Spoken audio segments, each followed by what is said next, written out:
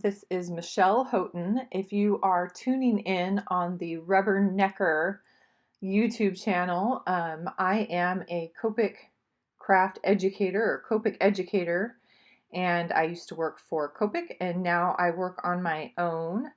Um, but I am doing some tutorials for Rubbernecker, and I also have a YouTube channel at Copic in the Craft Room. So we are coloring up this little tractor today from Rubbernecker Stamps, and I'm going to use a long series of colors on the body of the tractor to make it look kind of like a used tractor. So I've started with a W1 and done a base coat, and I'm using W3 to come in and add some shape to the body of that tractor.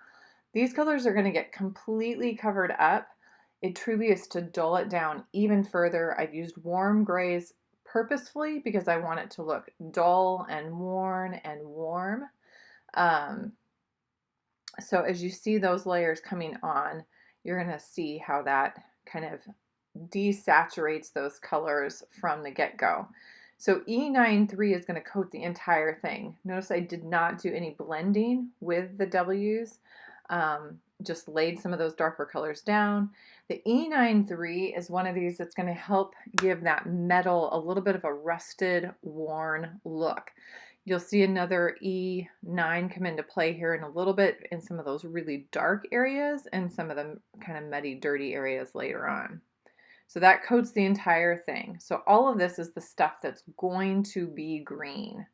So here come those greens. So I'm starting with a YG03, and again, I'm coating the entire thing. And you're like, okay, this seems a little silly.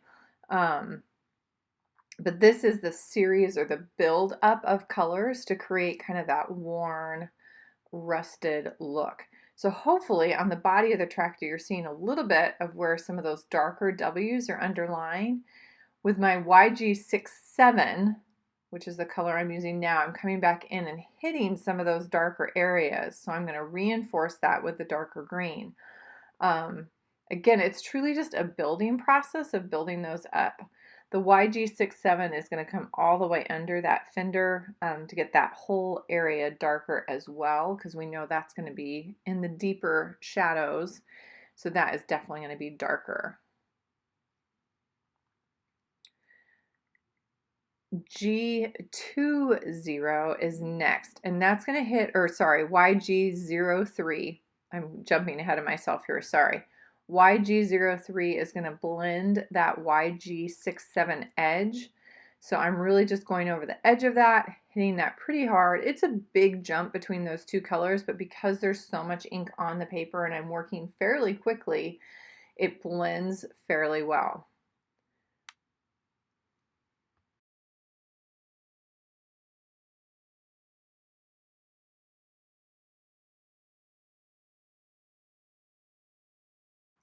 Coming back in to hit a couple rusty areas. The E99 is what I'm using for that. This is not only going to look like rust, but dirt. So the underneath of the fender is going to get that. And where I think about rust happening is on the edges of things where that water catches, and so it rusts out those areas. So I tend to hit corners, edges, trims. Right now I'm just worrying about the green areas, so I've hit that with the E99. Now here comes the G20, and that does a couple things. I'm kind of dabbing this color right in along those edges of the E99. It's going to do a couple things. It's actually going to bleach the color out a little bit, and so what this ends up looking like is that not so much, it's not a patina effect because it's not copper, but that worn, beat up effect. And so I do that on the edges of some of that E99 to kind of create this like bleaching back and forth between the greens and those new E99s, which are really a rusty brown color. So then I'm going to start working on the wheel. This is much more straightforward on the rest of the tractor. The green is kind of the fun part of this. The big tires, I'm going to use a series of C5, C7, and C9. So you're going to see me work in with all three of those. C5's that base color. I'm going to come back in with the other two, thinking about the shape. Where is that light going to come from up above? Kind of catch so that it looks like these rounded tires. Remember that one that's sitting to the back away from us is going to get considerably darker, so we've got to push it back away from the viewer. But I'm going to go ahead and do all 4 tires at once. If you chose, you could do one at a time. This particular artist has very sketchy lines, so you have to kind of pick and choose. Do I go out to this one? Do I stay in on the other? They're not perfect circles, which actually is really nice, makes it easy to color, but it gives you some, you have to make some choices about how far do you go, what's going to be tire and what's going to be background, and just part of the doodly sketch effect. So I'm going to keep going. I'm also going to do the seat back in the same colors, but you're going to see me work through the C7 and C9 and then a little bit of blending with C5 again.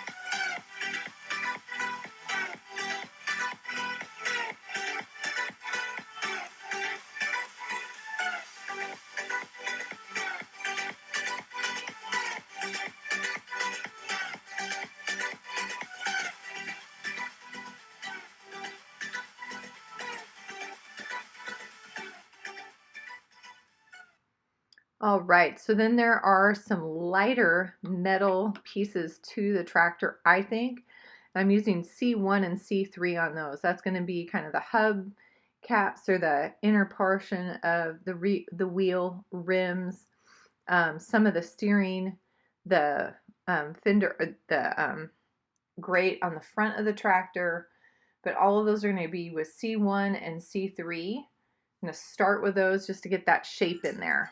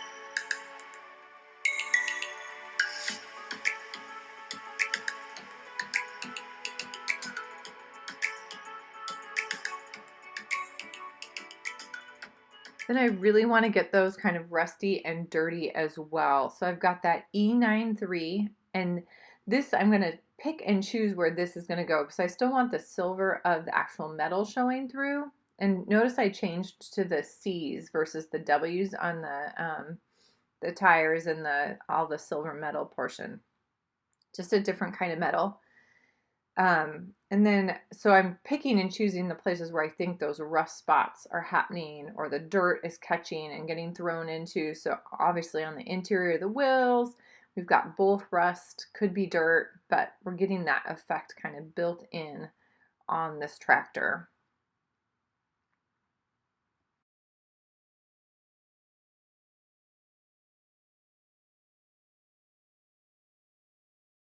The G20 is going to come back in, and this time because it's on that silver portion, it's going to work over pretty much that whole E9399 area. So and it'll work a little bit into those cool grays as well. Again, it has this kind of bleaching effect, but also softens those colors together, kind of mushes them around, and is going to give us a really nice worn metal look.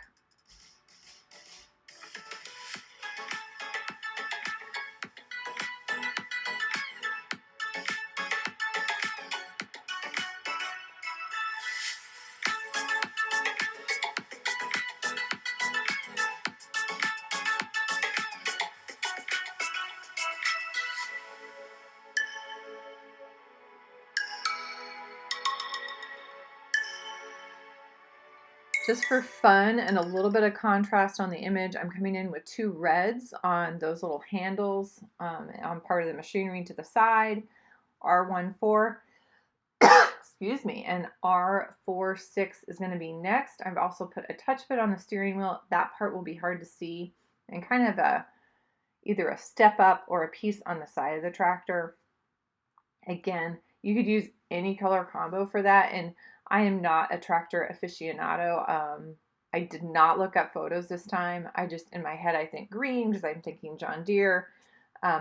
Obviously, there's no labeling on this.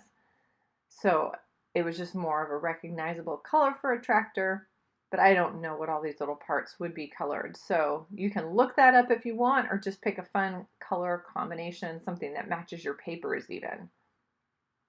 I'm going to go back to my cool grays to push back this panel. To me, it looks like those handles are kind of popping out of an indented place or a kind of pocket in the side of the tractor. Whether that's true or not, So I'm pushing that area back so those handles look like they pop out a little bit with the C5, 7, and 9.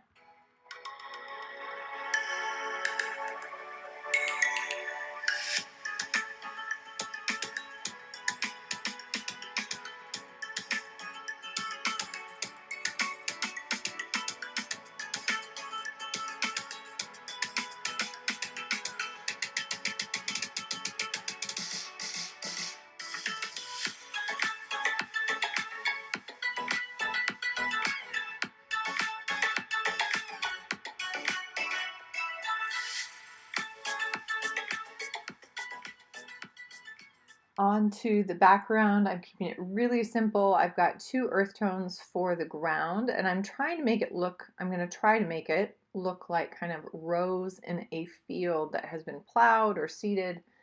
So I've got an E3-1, and I am basing the ground in that. I'm leaving the edges rough. I have no idea what I would do to trim this down and create a card out of it. So I'm leaving the edges loose. I could either trim it so you could still see those edges, or I could trim it down tight enough so that you see much less of that kind of scribbly white edge. Sometimes I like to see some of that. Sometimes I trim it all off. And this time, just as much as anything for interest, I'm putting in a little bit of an angle, like this tractor's kind of coming across the field at an angle.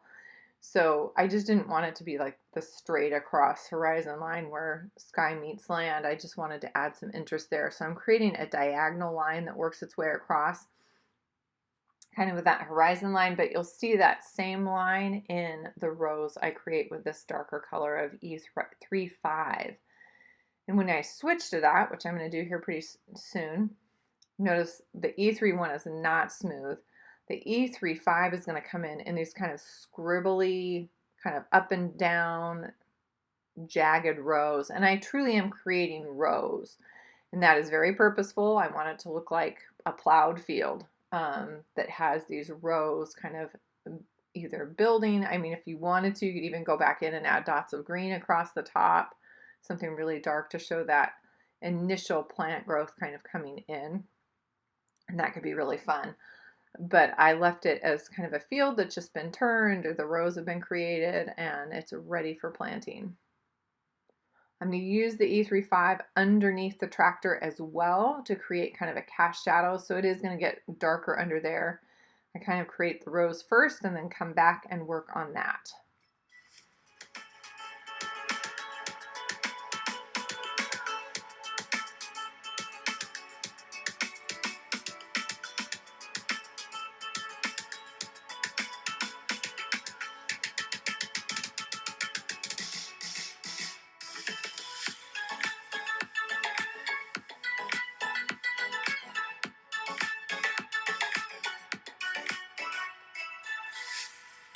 And then to push that cast shadow back even further, I've got a BV23. I could have gone even darker in hindsight. I could have gone with a BV25 or a different blue violet, or even a cool gray.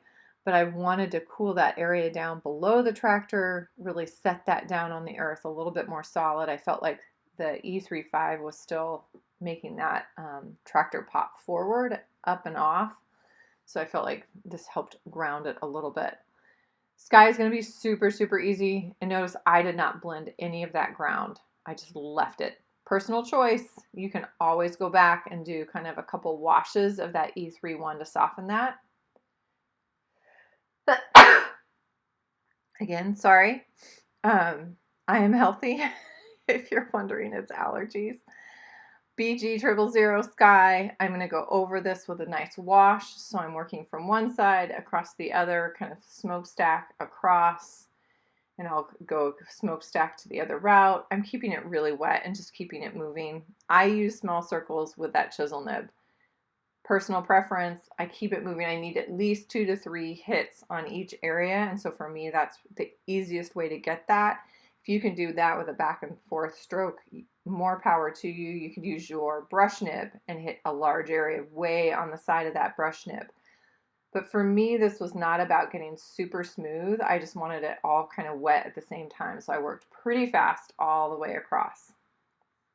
And that is my little tractor. It's ready to pop on a card. Find some fun sentiment over at Rubbernecker. They've got a ton of them. Sorry, there's an image that's stamped on the back that's kind of popping through a little bit, but as the ink dries, that will disappear. Thank you so much for joining me today. Have a happy, colorful day.